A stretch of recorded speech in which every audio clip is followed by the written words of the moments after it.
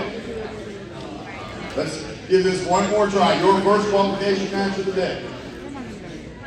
In 3, 2, 1, and we're off. People are moving, which is positive.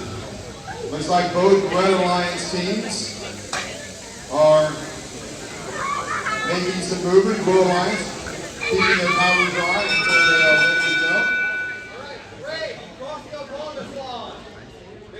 Alright, so blue team gets autonomous because red crossed that center line. And now we are ready for driver control. In 3, 2, 1, go! And we're off. Blue team with the advantage now grabs one of those mobile goals. Trying to move their, trying to grab a few blue to put on that mobile goal on the other side. Looks like red has one mobile goal into the positive area. Remember the positive corner, all the corners will be protected at the 15-second mark. Now red with another, looks like they're blocking both of those red areas, trying to get in there and scoop those push them into the goal. Discs out of the way, and they do. Nice job there. On the near side here, red has a nice stack of discs on their mobile goals. On our side. Blue with a good stack as well.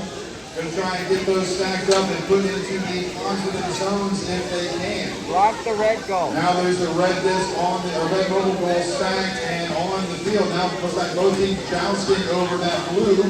Blue finally comes away with it. 45 seconds left in the match. Now blue going to try and get that red mobile goal out of the corner to get the positive points. On the other side, red has a stacked mobile goal in red going into the positive corner.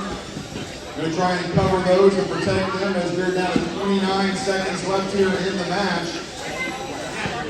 The Blue Alliance looks like they have one of those mobile goals stacked. And on the other side, that right here near side, another nice big stack of red as we're at the 15-second mark. The corners are protected now. 15-second mark. Hey. So the corners are protected, don't want to touch anything. As they continue to make their way through the process, the last few seconds of the match, and qualification match